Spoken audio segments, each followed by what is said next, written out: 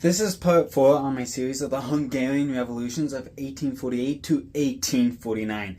As we last left off, I was mentioning the Croatian invasion of Hungary itself, and I kind of gave you some misinformation. The invasion did not start on August 29th, 1848. Rather, that day was when somebody in Croatia itself tried to convince the Austrians to convince the Croatians to stand down and not invade, which the Croatians just ignored and invaded anyways. But it's actually, despite the research I've done, I couldn't find a decisive date when the invasion started, but I do know one date. September 11th, 1848 was a date when, at that point, Croatia occupied much of Hungary. So that's pretty much all I can find. Anyways, other than this Croatian invasion, there was much more events which were very bad for Hungary leading into September 1848, as a new emperor would be put onto the throne of the Austrian Empire, a certain Franz Joseph I. If that name sounds familiar, yes, he is the same emperor who was in charge of Austria during World War I.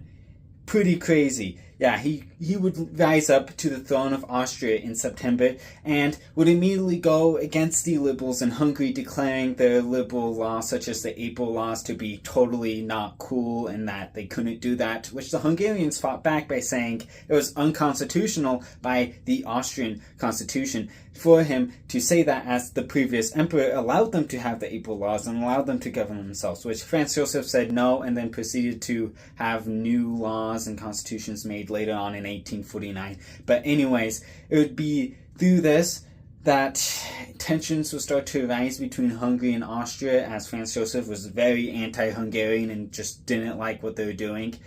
And it would be an assassination which will cause things to boil over. A certain assassination of a certain Count Franz Philip von Lamberg, I'm pretty sure that was his name. He was assassinated after Franz Joseph put him in control of the Hungarian army. He was assassinated in Hungary, and that was like